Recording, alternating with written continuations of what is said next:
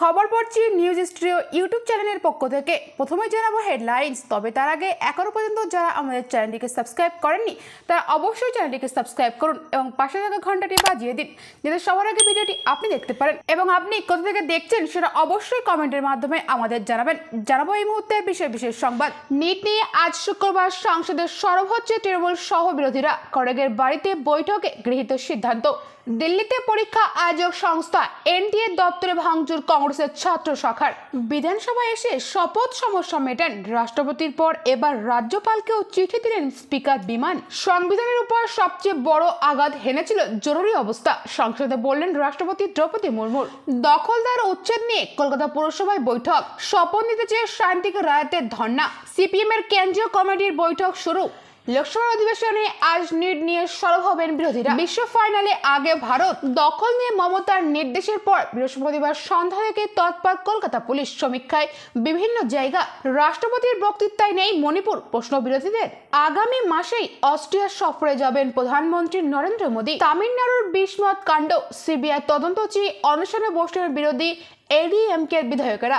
বুধবারের পর আবারও গত বৃহস্পতিবার বিকাশ ভবনে সিবিআই এর দল তল্লাশি চলছে শিক্ষা দপ্তরের একটি গোদামে।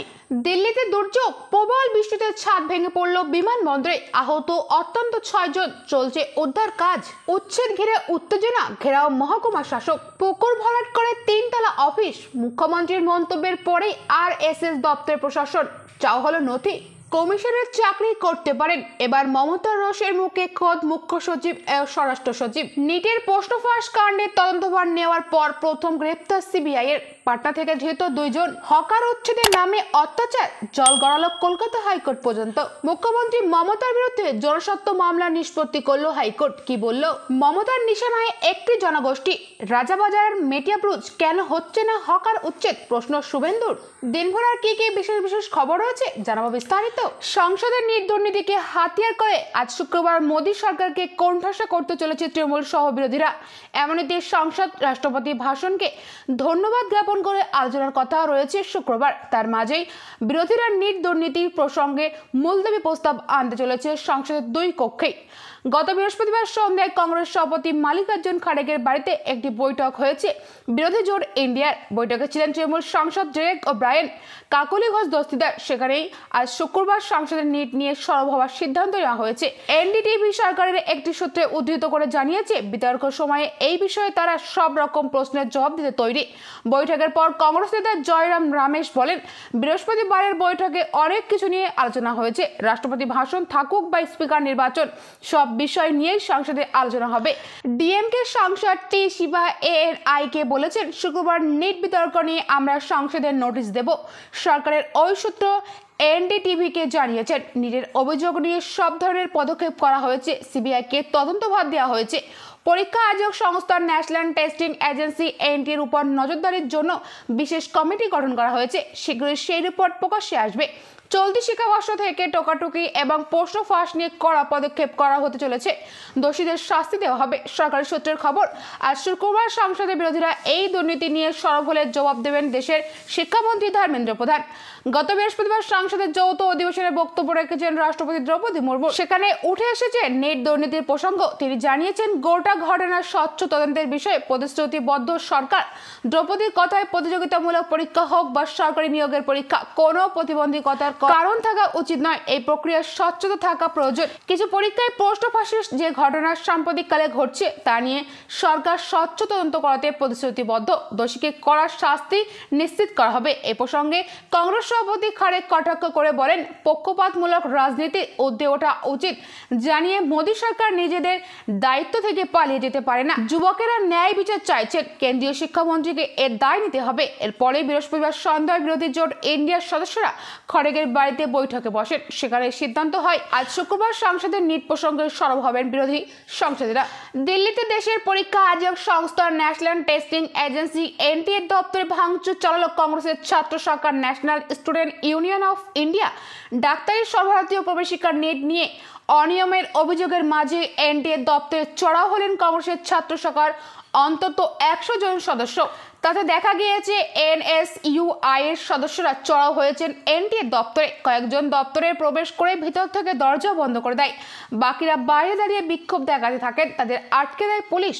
5ই মে হয়েছিল নিট পরীক্ষা দেন 24 লক্ষ পড়ুয়া। জুন মাসে ফলাফল ঘোষণা হয়, তারপরে অনিয়মের অভিযোগ ওঠে। দেখা যায় 67 জন পড়ুয়া মোট নম্বর 720-তে 720 পেয়েছে। তাদের মধ্যে 6 জন আবার একই কোচিং সেন্টারে পরীক্ষার আয়োজন করেছিল এনটিএ।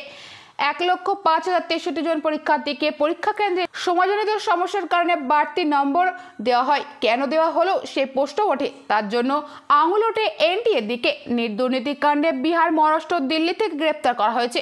তদন্তভার হাতে নিয়েছে সিবিআই। তারপর প্রথম গ্রেপ্তারি হয়েছে বৃহস্পতিবার। ধৃতরা হলেন মনীশ কুমার এবং আশুতোষ কুমার। সিবিআই সূত্রের খবর, মনীশ কুমার নিজের গাড়িতে করে পরীক্ষার্থীদের নিয়ে যেতেন, তারপর তাদের জন্য ঘরের ব্যবস্থা করতেন, আর এই কাজে তাকে সহযোগিতা করতেন আশুতোষ। এই কেলেঙ্কারি ঘটনায় এখনো পর্যন্ত 4 জন, রাজ্য পুলিশের হাতে 26 জনকে গ্রেপ্তার করা হয়েছে। তার মধ্যে বিহার থেকে 13 জন, ঝাড়খণ্ডের 6 জন এবং গুজরাট থেকে 5 জন, এছাড়া মহারাষ্ট্র থেকে 2 জনকে গ্রেপ্তার করা হয়েছে। বিধানসভায় এসে রাজ্যপাল 2 বিধায়কই শপথ গ্রহণ সমস্যা মিটিয়ে দিন চিঠি লিখে অনুরোধ করলেন বিধানসভার স্পিকার বিমান বন্দ্যোপাধ্যায়।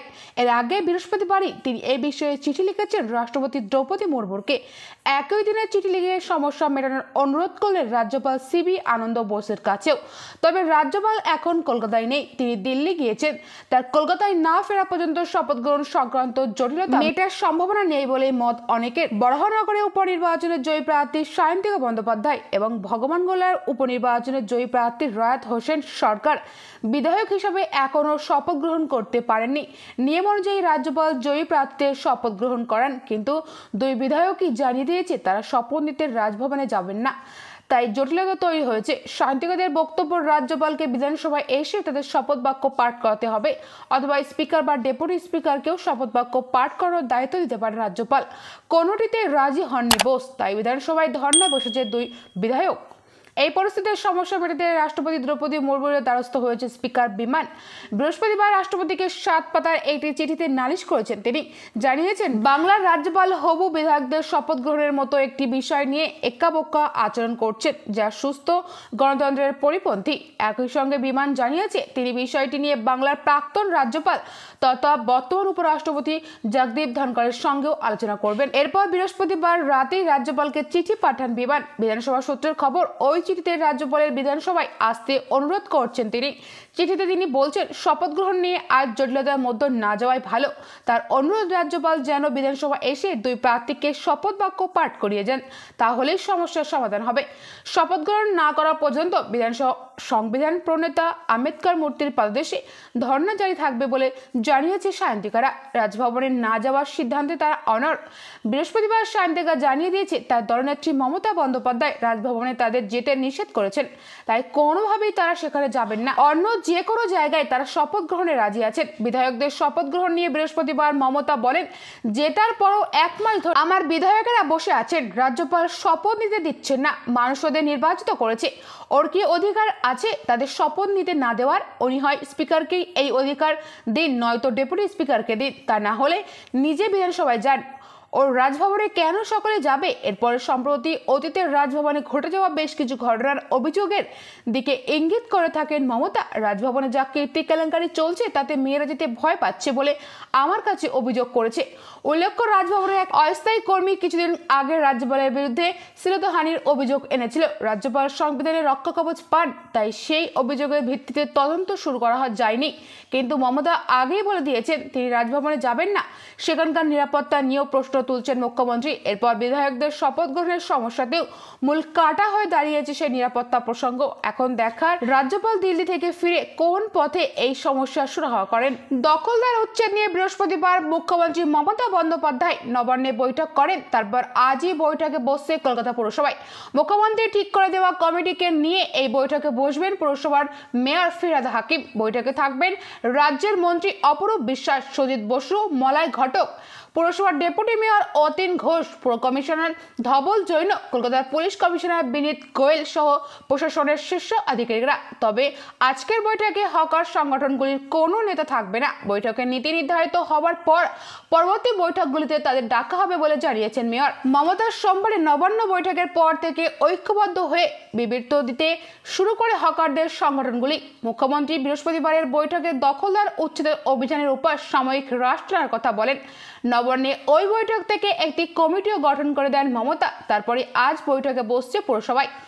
উপনির্বাচনে তৃণমূল 2 জয়ী প্রার্থীর শপথ গ্রহণ নিয়ে অচল অবস্থা অব্যাহত। আজও বিধানসভায় ধর্নায় বসছেন বহরনগর এবং ভগবানগোলার 2 জয়ী তৃণমূল প্রার্থী সায়ন্তিকা বন্দ্যোপাধ্যায় এবং রায়াত হোসেন সরকার।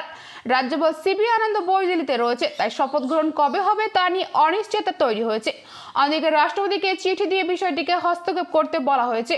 বিধানসভার স্পিকার বিমান বন্দ্যোপাধ্যায় রাষ্ট্রপতিকে চিঠি দেওয়ার পর রাজ্যপালকেও একটি চিঠি পাঠিয়েছেন স্পিকার।